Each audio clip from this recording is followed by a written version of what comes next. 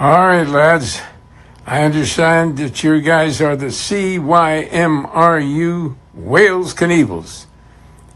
Well, this is from DC Knievel and from George Hamilton. You might remember me that I actually did a film called Evel Knievel.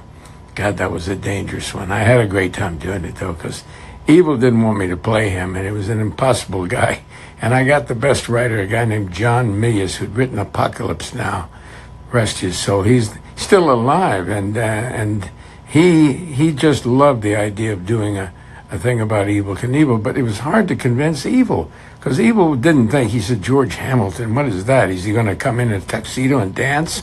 He said, so I tried my best to get him. Finally, he came to town. The next thing he says, get on. I said, get on what? He said, get on my motorcycle. Well, it was the heaviest thing. I think it was an American Eagle. And I thought, oh, my God, what am I going to do? I thought, well, I don't think I'll get on that motorcycle yet. My stuntman was there, a guy named Everett Creech. He was the best. And he said, George, you're going to get killed if you get on that motorcycle. It's way too heavy. It's too dangerous. He said, if you do the movie, let me strip it down and I'll make it work for you. Anyway, Evel made me get on. And he says, get on. I said, get on what? He said, get on the motorcycle. I said, well, no, I don't think I'm going to do that. I don't want to make you look bad. He said, get on behind me. So I get on behind him. He pops a wheelie going 100 miles an hour down the street. My butt's on the on the cement. I thought, I'll never live this one. I'll just never live through this one.